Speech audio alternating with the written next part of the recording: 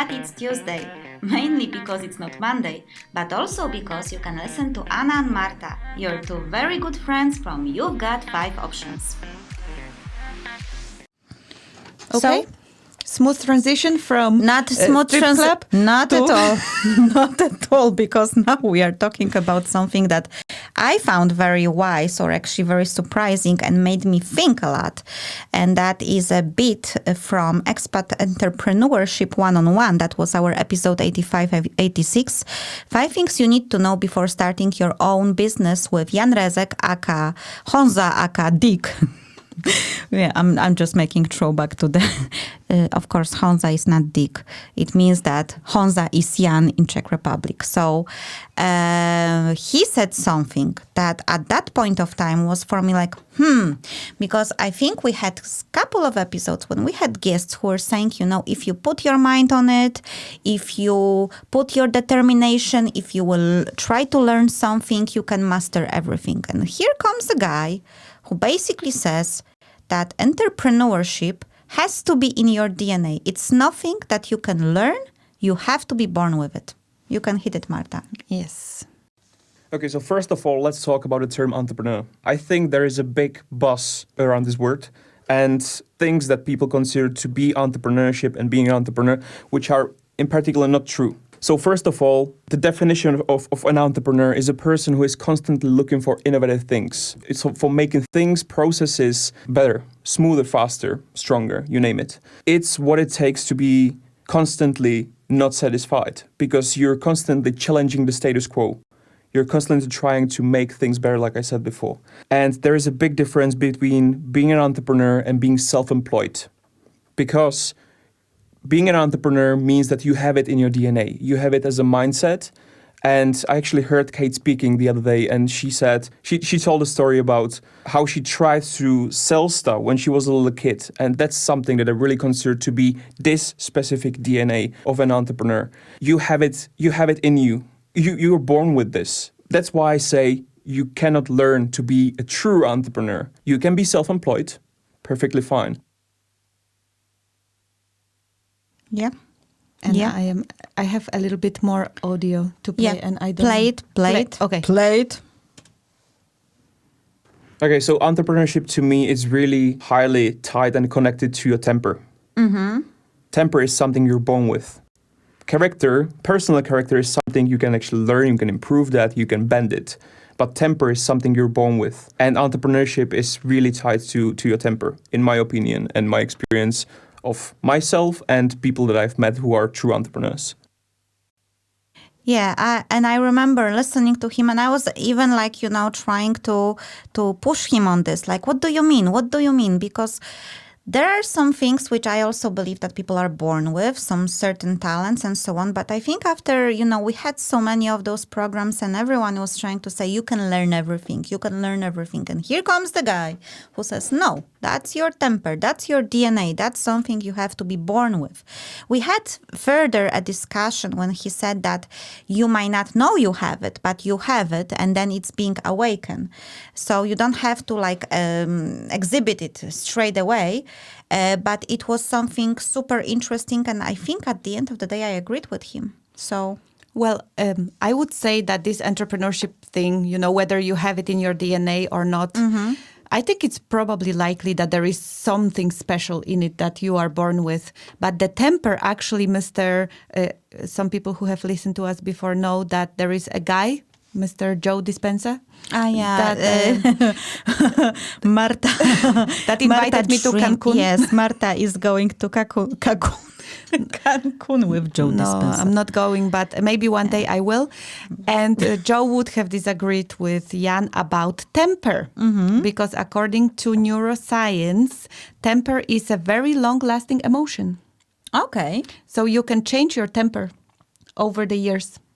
So you can have a very positive, let's go ahead temper. But if you get depressed and if you stay in a depression for a long time, it will actually change your temper. I would say very possible, and I think that's why I love our guests, that they come with, different, and it's never the same. Yeah. It's never the same. I hope Joe can come once to our show.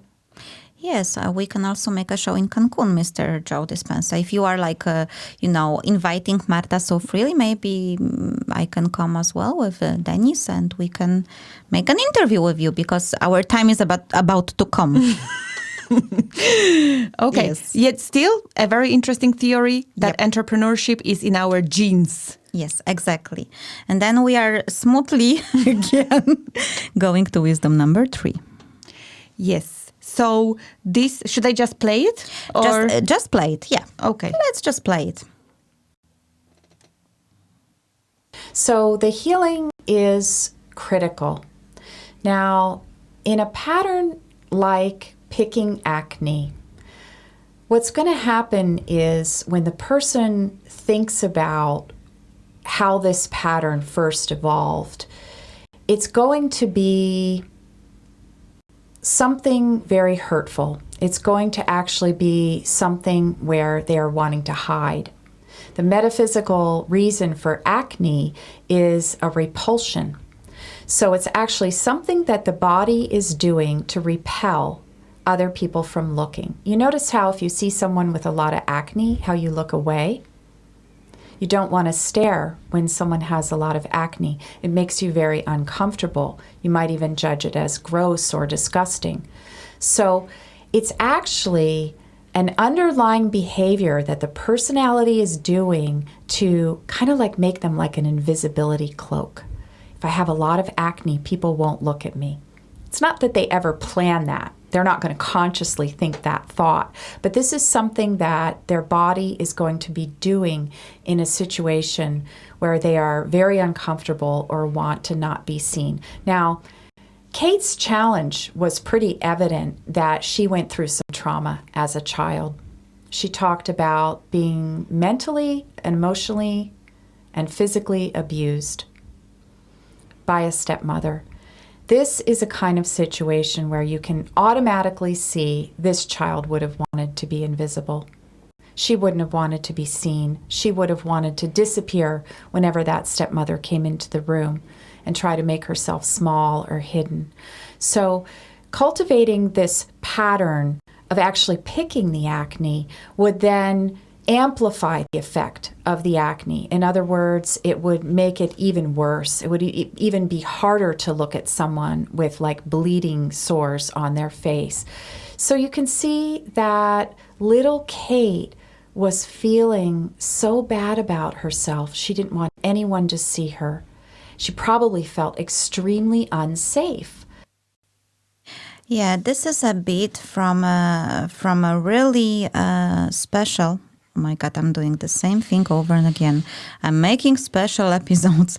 This was a very different, and I would say it was a tough episode because it concerned a really serious challenge. And we had a really fantastic guest, Cynthia Lamp, who is Marta's actually teacher. She's a spiritual healer. Marta, you can say a little bit more about Cynthia. That was episode 76. And I think 75, because it was 2 episodes, a 5 steps process for healing the patterns of behavior you'd love to change. And the thing that blew me away in that episode was when Cynthia said that every physical condition we have is a reflection of something metaphysical happening. And she gave that example of a girl who actually sent us a challenge, that the fact that she has acne, so her face could be repulsive, it's because she wanted to be invisible as a child, and that is connected, so basically her subconscious mind, metaphysical state is influencing her physical condition in today's day, and I found it extremely powerful. We had a discussion afterwards in the show, but I could only give you a bit. But guys, if you are interested, you should definitely go back to those 2 episodes. It's full of, I would say, still alternative and for some people controversial, but amazing things. Yeah, I remember that when we read that challenge, I was like, we can't solve it. We have to write back to, I think Kate was the name of the person that has sent us the challenge, that she needs help. from therapy, but I think it was from an educated therapist or psychologist. But I think she wrote in the challenge that she's already been through the years of therapy. Yeah. And it has not been helping her. Yeah. And I was like, okay, if we are to solve it, Cynthia is the Yes. Cynthia is the only one. Cynthia is the one. And surprise, surprise, now this is what I'm doing in my life. Yes, exactly. You are doing exactly that. But a very powerful thing. And yeah, I will remember that episode. I also, I actually sit there like, in love chick, like looking at, oh my God, this is so amazing. So you can also see how blown away I was. But really worth to come back. So for me, that was a huge wisdom. Yes. And the last wisdom, is it last? No, it's not the last. Before the last one, yes. Comes from Morten Bonde. Mm-hmm. Morten is actually quite famous now in Denmark. Yeah. He's just launched his book. Morten is a person that we have gone to visit at his work at Lego. Yeah. Due to the fact that he's actually legally blind. Mm-hmm. So it was very difficult for him to come to the studio. And this guy who is practically blind, he only has like less than 4% of the vision. Mm-hmm. He is just streaming wisdom. He is helping so many people right now by finding how to, find yourself despite the very difficult circumstances that you have, and how to live fulfilled life. Yeah. When you are still in that difficult situation. And that episode with him was like so filled up with wisdom that, you just would have to listen to it again. And if you want to, it's episode 107, how to find the essence of who you really are, with Morten Bonde. And the part that I have chosen is quite a practical part. It is related to meditation.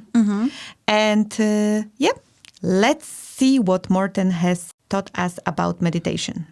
And what I learned, that when you try to meditate and your brain is in high beta, you cannot go from high beta to alpha. You have to go down the brain waves. The only people who can do it are Buddhist monks or samurai warriors. But what I learned from getting this insight was I was trying to meditate, but I couldn't do it. I was simply stressed all the time. And then I learned you cannot go from there to an alpha state. You have to do something to get you calm. And that's when activating sense perception is really good. So what I would do, I would just simply go out in the garden with no socks and just barefooted in the grass, in the wet grass, or simply to get the mind to relax by having something to concentrate on that is going on in your environment, instead of your inner mental picture that you have. And then what happens is that the mind cannot concentrate on thinking about scary scenarios in the future and be aware of what's going on in the sense perception. So the focus will shift to your body automatically because you're stimulating it. And then you go down in slower beta waves into a normal state, and then you can you combine that with breathing techniques. You take deep breath, and then the body gets even more calm, and then you can start meditating. And that was important because people were just saying to me, "But you have to go into meditation. You have to meditate and be mindful, and then everything will be fixed." But they didn't tell me about that. You have to calm yourself down and get in that state. Yeah. So we know that the quality of that episode is not the best because... it was our first on-the-road experience. We actually took the recorder to Billund, to Lego, and we were in an open environment. So you can hear all of that. We were not faking that we went to see him there. So yeah, that's why. But very smart. Very smart. Yeah. So he's explaining all of that brainwave stuff from the very ground. So if you are interested in it and having some pragmatic approach on how can you start finally meditating if you have been struggling with that for a while, and also in general finding yourself despite the different circumstances, difficult circumstances, that's definitely the show to go after. Exactly. And I think we are going to the last one. And that goes from our episode 105, How Life Works According to Science, and a biologist, Nestor Sampedro. On this very basic cell level, what motivates our cells to keep on improving? What's the scientific take on it? What's the official? Because I've heard that it's just random. It's random. Just happens. And there was this book. Who was the author? You will know. The Selfish Gene. Actually, I don't know the author. The Selfish Gene. That was the guy who was claiming that, the whole motivation of the evolution is just basically because it wants to survive. Yeah, that's it's just randomness of mutation and the willing to survive. That's basically. That's why we're here. Oh my God! Say. What do you think about this thing? About what? Sorry? What do you think about this? Is it as a scientist? Of course, this is what is there. But as a human, don't you think something's missing? Like for you personally, as you said before, like a purpose. Mm-hmm. Yeah, maybe, but I'm happy with that. Knowing like how incredible it is that we are here and just thanks to those very basic principles. Mm-hmm. So I try not to think about it a lot because maybe I can get to the conclusion that there is actually no purpose in life rather than survive. And now that it's kind of easy to survive, what do we do now? And then they use like the first world problems arise, right? So we just keep on thinking because we don't need to survive anymore, or it's very easy to survive, to feed yourself. Mm-hmm. So we use waste on time on other things. Yeah, actually, I remember that was the moment when I felt like I cornered a scientist to saying that, well, if you think about it, if the reason for our life is basically to survive, and there is basically no purpose, then it's like I try not to think about it. It was really funny. Actually, the entire show is super funny, because it was meant to be serious. We had a biologist coming from a university making a research talking about what is life, and we have trolled him and we have trolled the entire show. We started with some Madonna references. Dennis was checking what is the real name of Madonna because his surname is San Pedro, and Madonna sings Last Night I Dream of San Pedro, and there was a throwback to Nestor's father. And then we were talking about crazy scientists, crazy billionaires who are sponsoring some illegal experiments. And then we had this when he said basically that the purpose for a cell is to survive. And when that purpose is fulfilled, he doesn't want to think about it, because then he will discover there's no purpose at all. And I found it extremely interesting. And I was actually quite listening to him, and I was like shocked that he said that. Yeah. But what I want to come back to is that there has to be a purpose. And that was a wisdom. Because when I realized that science officially doesn't have a stand on what's the purpose of life except of surviving, then there has to be something more there. Yes. I'm thinking like the time is like running like crazy. I don't know what is happening. I will try to use my bending. I'm bending. Marta, I think we should just go to the left field. Yeah. And G. From the left field. Wow. No. Oi, oi, oi, we have 10 minutes and we could talk forever.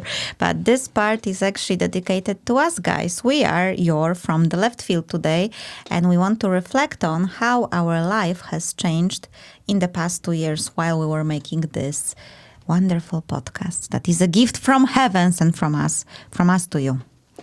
And it is pretty amazing when each one of us looks back at those 2 years.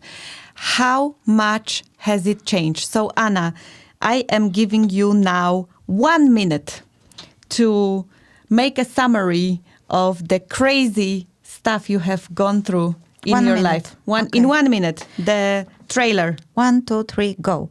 Okay. September 2017. I'm a single mother, not in a relationship, working in Siemens corporation. Well, I can say that, right? Okay. That is consumed from my time now, so I'm continuing.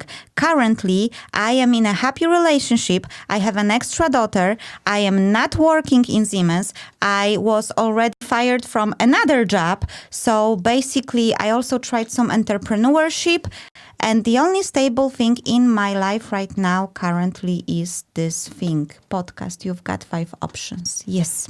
Wow, pretty amazing. Well, Anna, you have gone through a real revolution. Yeah, in your minus life. those times when I was fired. That was not so amazing. But besides that, it's amazing. Yes. I think that especially the first firing, Yes. it was really amazing for you. Yes, actually the second one was as well. Yeah, so you are this person that extremely quickly pick yourself up and look at what I have learned and what is good in what has just happened to me.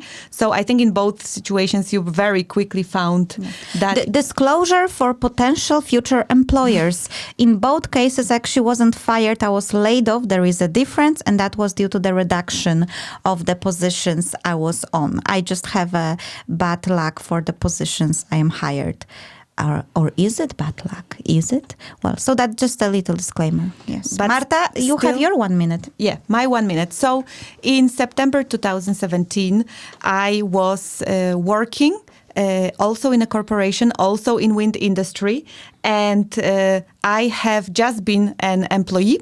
And since that time, I have become a personal performance development coach. I have become a conscious healing facilitator and neuro-linguistic programming practitioner.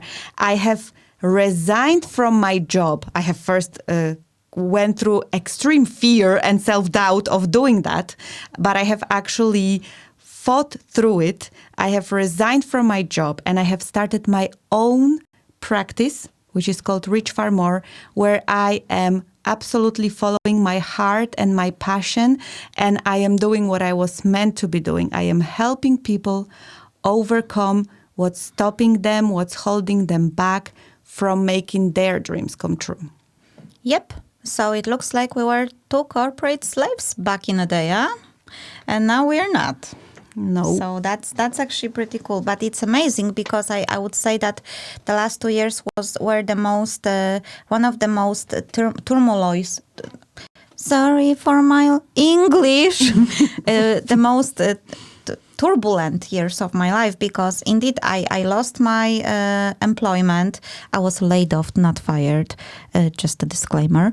And then I was basically, single mom, and now I have this wonderful partner, which maybe I will marry one day, who knows.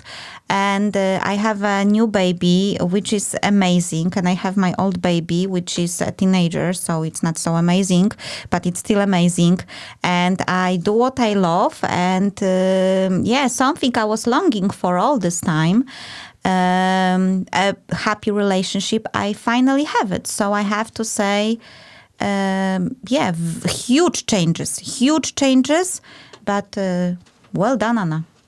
Really, really well done. I have really admired you over that time, and you have really taken it with amazing grace. All those, all those firings and other stuff. Laid-offs. Laid-offs. I don't know why. It's okay. I don't know. Sorry. All those layoffs. Laid-offs. Laid backs, layoffs. It's because they found out about my breakup dancing side activity, and that's why I was laid off. No, but okay, Marta, so we are back on the preach sister and high five bro, because I had nothing but the most utter admiration for what you were doing over these 2 years. I know how much it took from you to actually quit your job, because you were not laid off. You made that decision by yourself, which sometimes it's even harder. And you finished so many diplomas that I cannot even remember them all. But you are basically having your own practice, your own business. And that's amazing. And it was through blood, sweat, and tears.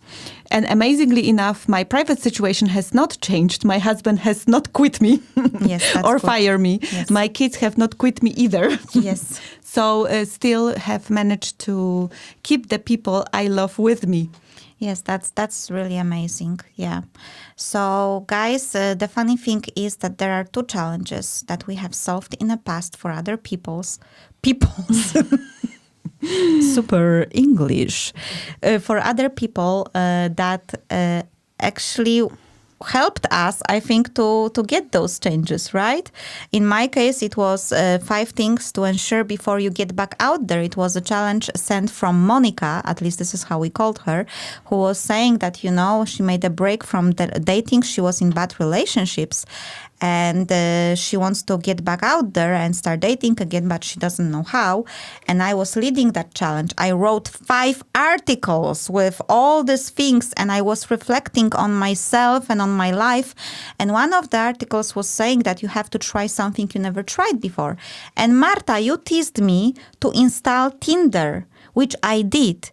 And my first match was Dave, which is now the guy I live with, the guy who is the father of my daughter, So basically, I met him just 2 weeks after we solved this challenge. And that was just unbelievable. And you also had one challenge that have influenced you. Yes, deeply. I just wanted to say something. Yes. I could not tease Anna to install Tinder. With Anna, it doesn't work this way. You can't tell her to do something. So you have to be wise and sneaky. You have to be more like, oh, so you wrote in your article that you should try something you have never tried before. What is it that you haven't tried before? So... Maybe she manipulated me into it. Okay, I agree. No, you wanted to do it. You were looking for this, courage to do something very much out of your comfort zone. Yeah. So you did it yourself, babe. And your article about this exercise to change your love life. Yeah. I'm still sending it to people who have trouble with their love life and want to change it. And for me, it is actually the article and the podcast, the challenge that is called 5 Key Goodbyes and 5 Hellos When You Want to Start Your Business. And that was a challenge sent by, I don't remember what was the name. I don't know, probably it was Lucifer or something, yeah. I forgot the name, maybe Robert. And that was a person that was really ready to start his own business. Yet he was struggling with some shyness and confidence issues and couldn't say goodbye to the boss that he had. And that was a challenge that I was the one solving in March 2018. And from the time I have taken my decision to actually leave my job until now, I can still make use of that challenge. First, I used it to say goodbye to my wonderful manager, to my old life, and also still looking into the part of confidence, self-confidence, and trust. This is still something that I am continuously working on. So I must say really worthwhile listening to. Okay, I think we are coming to an end of this episode, and we would love to tell you more about us, but it's not only about us, guys, it's about you. We really hope that you listeners, you appreciate our work and the fact that we want to entertain you and share our lives and wisdom with you every single week. So thank you so very much for listening to us. And I hope that we will get some messages from you guys. You only have to visit the5options.com and just drop us a line that you are there and that you are listening. And that will mean the world for us, especially that our time is still about to come. So, it's important for us. Yeah, and send your challenges. We are ready to solve them. We are ready to solve your challenges. Yeah.